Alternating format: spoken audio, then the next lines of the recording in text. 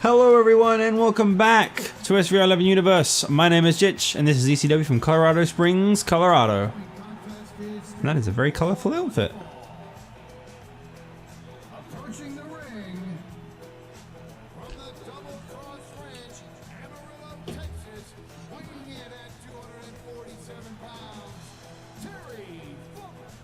So, we are continuing the ECW Championship Contenders tournament here tonight, and it will see an end next week on ECW.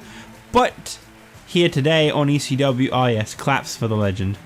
Here today on ECW, we are going to be finding out who from Raw and who from SmackDown will be advancing to face off against.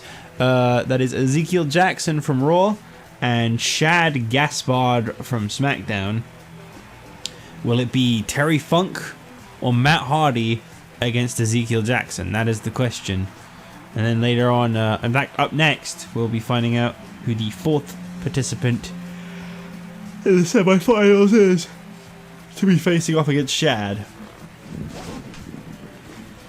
That match is looking to be Primo versus Goldust. So that should be an interesting one.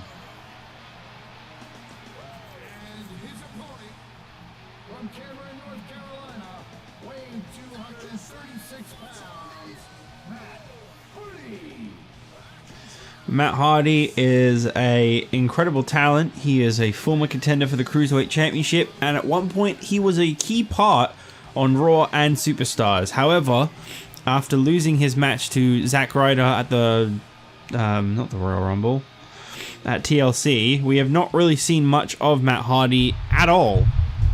So that has kind of led to this point now where Matt Hardy has decided to pursue the ECW Championship, which some people have dubbed the Losers Championship, others consider the stepping stone that it is intended to be. And we seem to have something go. Uh-oh. Well, apparently he hasn't forgotten about their rivalry either. Why he's here, what he's looking to do, I don't know. I've never really known anyone to do anything other than play some kind of psychological confusion. I wouldn't even say damage. It's all head games. That's all it really ends up being. Head games. So as long as Matt Hardy can ignore it, should be fine. And Terry Funk, the former ECW champion, held the championship for only 4 days. As the first ever ECW champion, he might be holding on to the record of shortest reign for quite a long time with a reign that short. Someone would have to lose it on either the same night or the very next night, or something in between, to actually be able to beat that record. That is unfortunate for Terry Funk, but that is not the kind of record you want, but it's the kind of record that he's been given.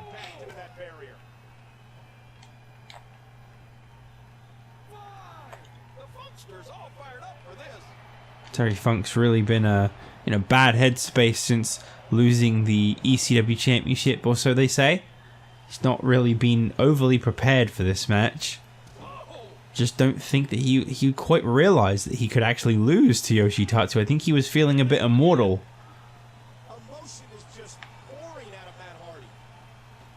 I don't think it's any kind of disrespect to Tatsu either. I think, as I say, he was just feeling a bit untouchable. He just won his first belt. The ripe age of like 40, 50 something. I don't know how old he is.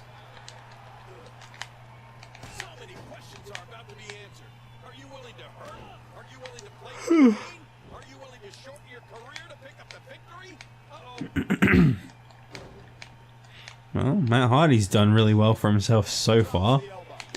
Also coming up on this episode of ECW, as mentioned last week, we are going to be looking at a Cruiserweight Championship rematch finally happening. That man at ringside, Zack Ryder, will be facing off against the Cruiserweight Champion, Kofi Kingston.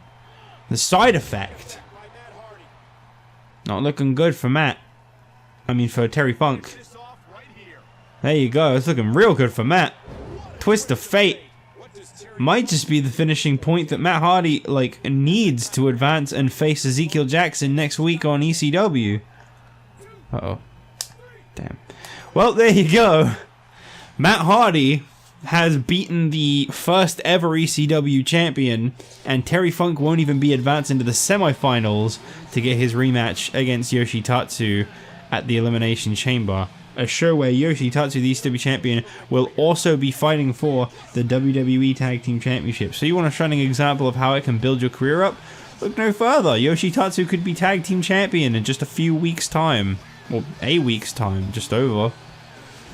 But Matt Hardy will be facing off against Ezekiel Jackson in the semi-finals of the ECW Championship Tournament. One of those two will be representing Raw, facing off against the SmackDown representative of Shad, or the winner of this next match. Well, you've been waiting for this moment. Primo gets his opportunity. Approaching the ring from San Juan, Puerto Rico, weighing 218 pounds, Primo. I like to pretend in my head that you guys really support Primo. You really believe in him and he's becoming the lovable loser of the series. But I'm probably wrong to think that.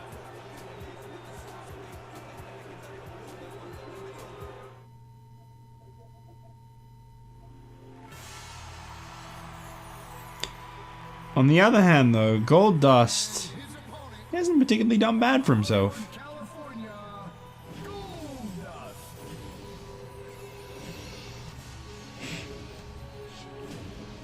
Goldust is actually quite a good fit for the ECW Championship, although it is silver, and that may not be quite his style. But he's kind of a lesser featured guy. He's very skilled, very talented guy, no doubt about that. But on top of that, not really seeing a whole lot of opportunity yet. So yeah, I mean, I don't know. I don't think this would be a bad one for Goldust to win. I don't know what happened to my speech there. Goldust, mate.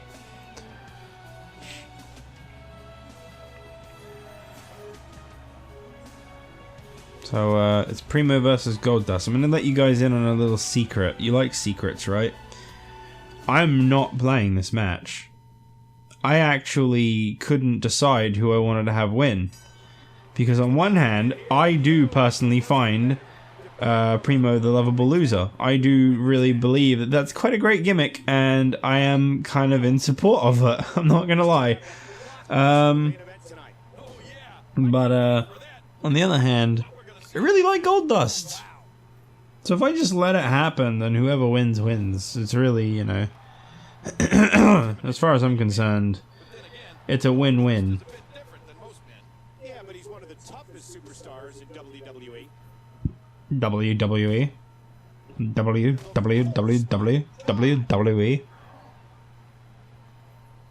Wow, that axe handle had some force behind it. Ouch! Oh, right to the gut.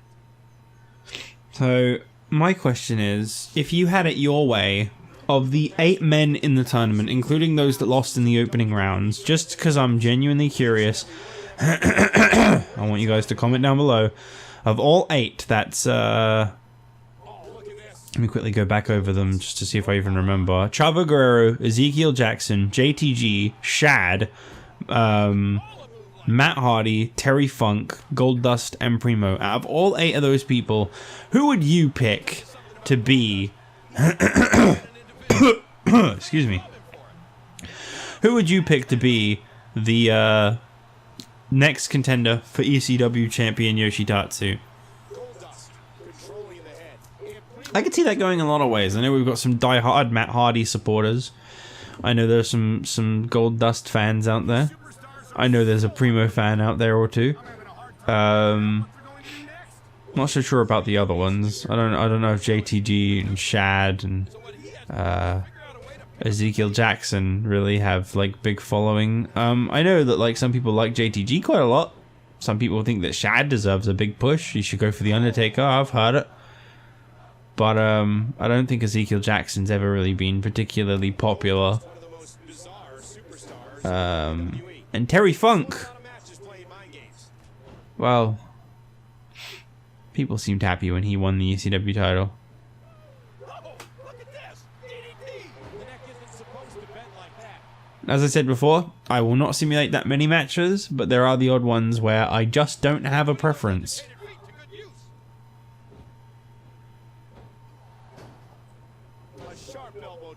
And although normally I'd just randomize that, there is the odd occasion where I just kind of want to see what it does. These competitors trying to keep their wits about them. Will it end the losing streak of Primo? Huge impact delivered to the neck. Or will Goldust suffer what honestly could be his first loss? I don't even know. Controlling the arm. And again going back to those injured ribs. And I'm now curious That did it. what Goldust's record looks like. Also, what Primo's record looks like. Although I don't really think that's going to be one that makes people feel very happy to hear. You can see the wear and tear that this fight has taken out of these men. Looks like Goldust. So Goldust has a win-loss record of 1-1. He's only ever competed twice, and he's won once, and he's lost once. Pretty sure his one win is actually over Primo. And Primo has just straight up lost 4 times. He is the Chavo Guerrero of SmackDown. The question is, will he surpass Chavo Guerrero, who has just recently hit 4 losses? Will he reach his 5th? Just raw, unmitigated power.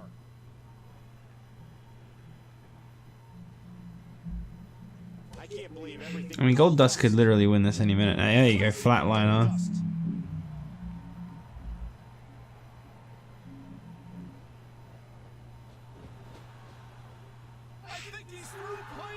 Oh boy, he's not just gonna win, he's gonna win in a very brutal way. Kick to the dick.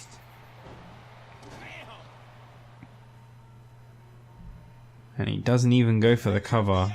He shatters the dreams and he doesn't even go for a cover. Goldust is always embroiled in. He's going for the pin. Well, that'll get the job done. 2. Oh, how Or not. was that? My bad. Oh, how much pain must that neck be in now?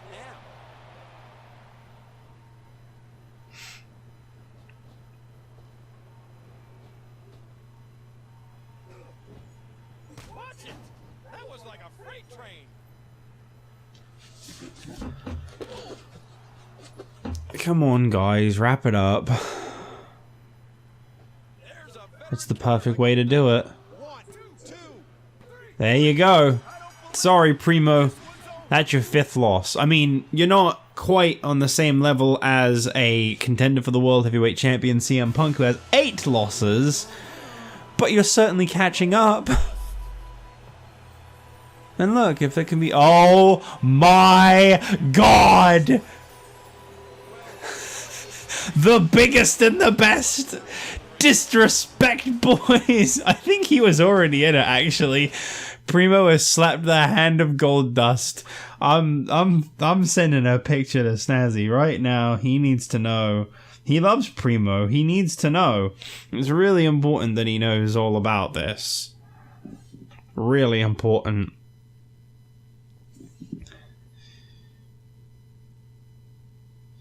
So anyway, we'll see you guys in the next match. The Cruiserweight Championship match is on the line.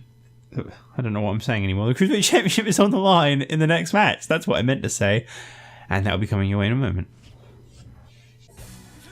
Okay, main event time. Cruiserweight Championship on the line.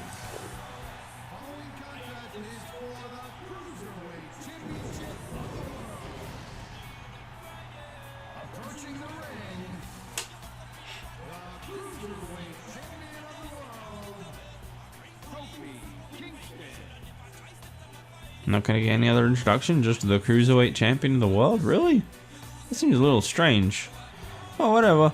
Kofi Kingston, the current reigning Cruiserweight Champion, has been holding. Oh my goodness. My English is breaking before my very eyes. He's been holding this championship for, well, I'm about to get to that.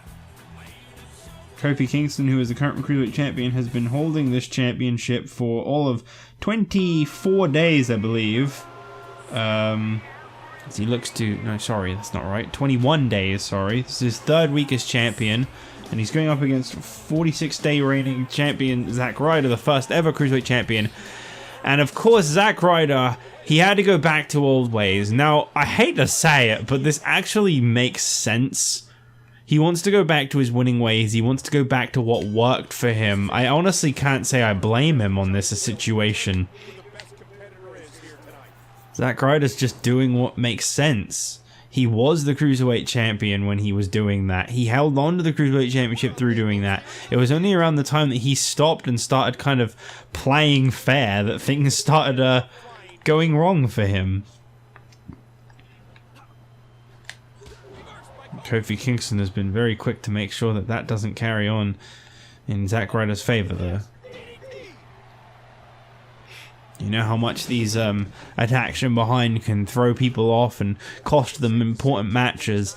Well, this is about as important as it's going to get for Kofi Kingston right now. He needs that Cruiserweight Championship bad. Zack Ryder with the arm. Oh, it doesn't get more punishing than that. Zack Ryder might need it that little bit more bad, though. I mean, let's not forget, when Zack Ryder was holding the Cruiserweight Championship, this guy was an incredibly regular feature on Raw and Superstars. He was all over the place. And ever since dropping the championship to Kofi Kingston 3 weeks ago, we have not really seen much of Zack Ryder at all. So I can understand the desperation. I can understand where he's coming from here. This is actually, I think, his second match since dropping the Cruiserweight Championship, his first being a Battle Royal for the spot in the chamber that was won by Kane. If Ryder keeps this up, he might very quickly win back his Cruiserweight Championship. I mean, I think he'd be a first ever. I don't think we have a two-time champion yet.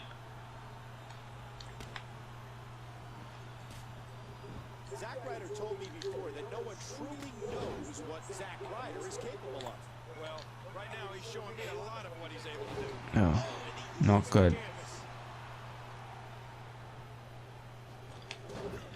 See, Kofi Kingston's already wiped out that ambush. As I say, it just throws people off their game. It can be incredibly I hate how much I keep forgetting words. It can be incredibly discouraging. It can really throw someone off their A game. It can really keep their mind kind of just off track. Please don't tap. Okay, good. It's like the one thing I'm terrified of in this is like if people lock me in a submission, I don't know how to get out of those quickly. I don't know if you can get out of those quickly. And that was extremely close.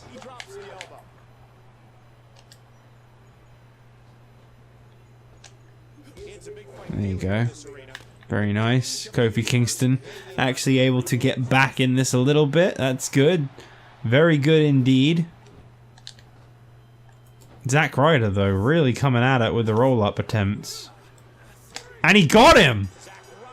Well, it can happen in an instant, and that's what the roll-up is all about. And just like that, Zack Ryder has gotten back the championship that made him slowly closer to becoming a star. I can't say I blame him for going all out. I can't say I blame him for all the tactics that he played in this match. And whilst it wasn't a well-deserved, well-earned victory, this may just be the key thing that puts Zack Ryder back on the map and makes him a legitimate contender once again.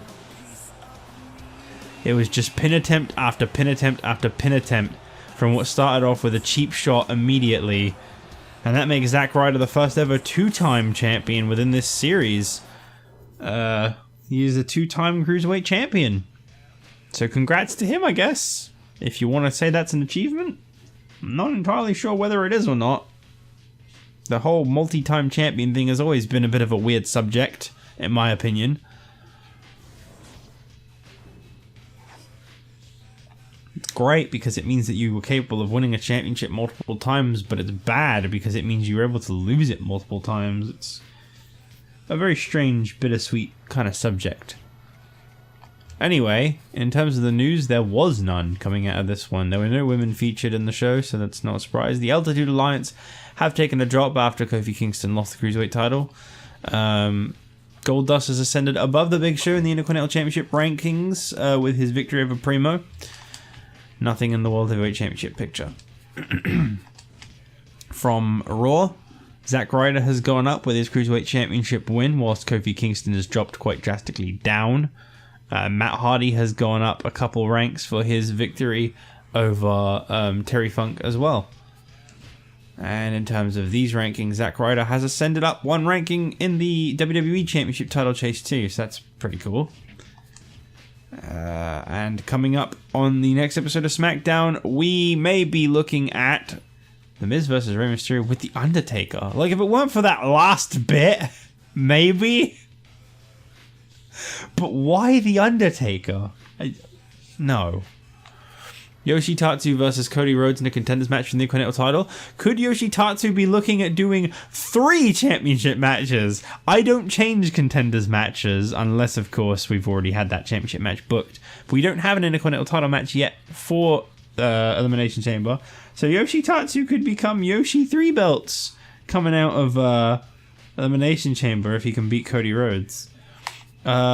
Michelle McCool, Maurice Eve for the Women's Championship. We'll be finding out who's going to be facing off against Beth Phoenix for that. And that is not happening. No. So, first and last match won't be happening, but these 2 Contenders matches you can look forward to coming up soon. Thanks for joining me on ECW. I'll see you guys next time. Bye.